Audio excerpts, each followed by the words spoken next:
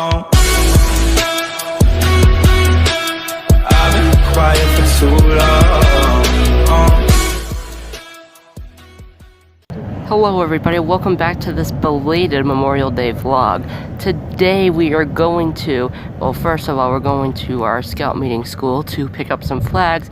The reason of picking up flags is because today is the day before Memorial Day.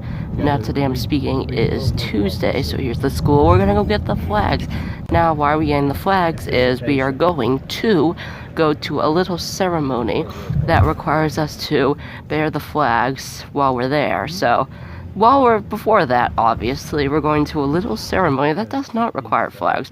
But if you want to go see seagulls sometime, but I don't know, it's just Memorial Day. There's the podium, let's see. Good morning, everyone.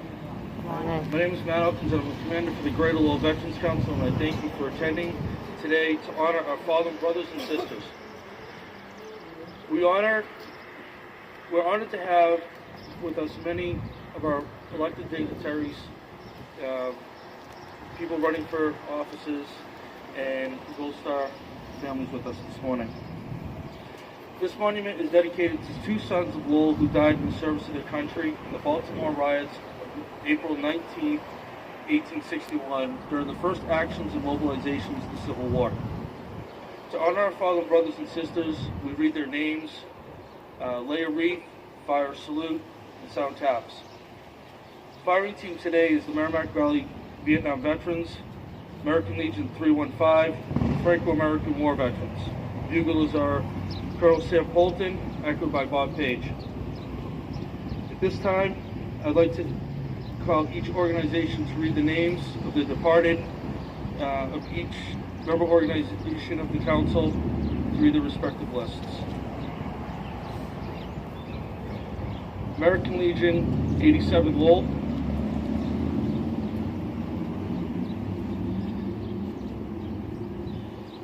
American Legion 315 Dracut.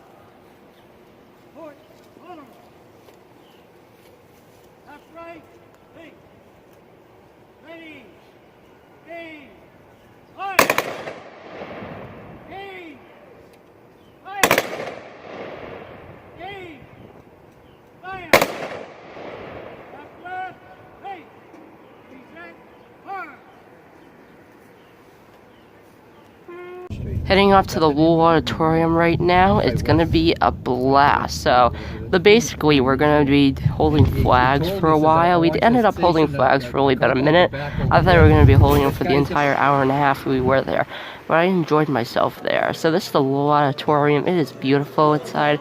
I saw many concerts here, but for now it's Memorial Day. 1991, 2.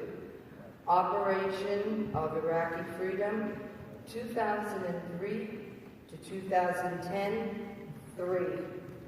As of this date, those who have been identified from the Oklahoma is now 43. And they are working very hard to try and identify those who are on the Oklahoma. Their base now is in Nebraska. They're doing the excavations in Hawaii, and the remains are being sent to Nebraska for identification. Thank you.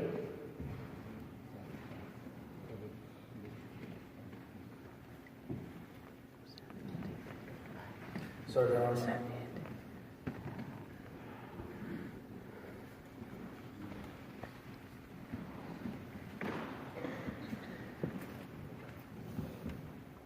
Please escort Miss Fennell from the Gold Star.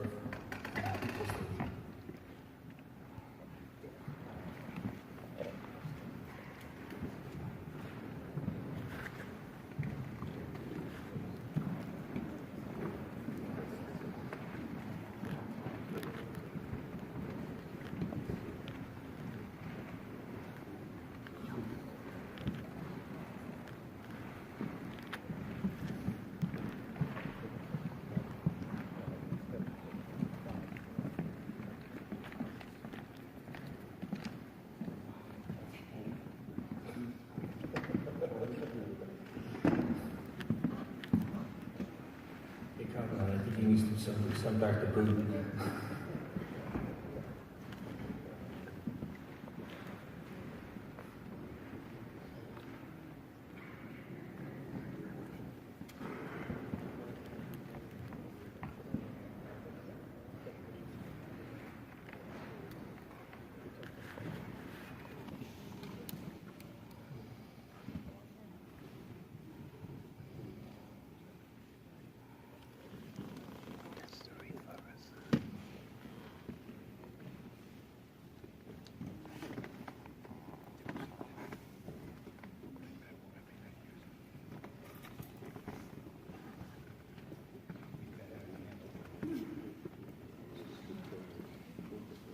Important as we approach the centennial of the end of the First World War this coming November. We must remember people like Sergeant James Frank Lyons, one of the 18 Seminole boys, who was the monument by the late John E. Cox Bridge reads, made the supreme sacrifice. Lyons was the first Llewellyn to fall in combat in the Great War, and unfortunately, he wouldn't be the last. At the time of the iconic 11th hour, that was the end of the war, our country had lost over 116,000 servicemen. Many of these individuals made the trip from Lowell to Fort Devens, and then across the Atlantic to France to serve their country. And it's just as important to remember that today with just as much honor and respect as it was 100 years ago when our men, our servicemen and women left our beloved city of Lowell. You know, we are lucky here at the State House, and right directly across from the State House chamber is a mural dedicated to the brave and heroic accomplishments of our soldiers from Massachusetts. Every time we go in and out of the chamber, we are greeted by the picture of the 26th Infantry Division, also known as the Yankee Division.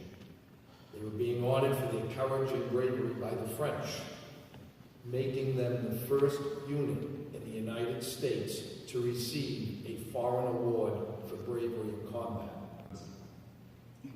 It was a day of honor. Those who died defending the Republic during the Civil War. Major General John Logan gave orders calling for soldiers who served the war to stand up for those who had fallen. Logan's order also called for the government and the people to support families and these fallen soldiers, and to lay what he called the choicest flower of springtime on their graves. A group of women in Columbus, Mississippi, brought flowers to the cemetery and laid them on the grave of soldiers from the North and the South. Is not to utter the words, but to live by them. So let us leave here, remember these stories, remember the sacrifice that men and women have made, and carry them out, remember them every single day of the year. Thank you all so much. It's an honor to be with you this morning. 43 years, from the first shots of the Revolution to now distant lands that most cannot find on a map or even pronounce.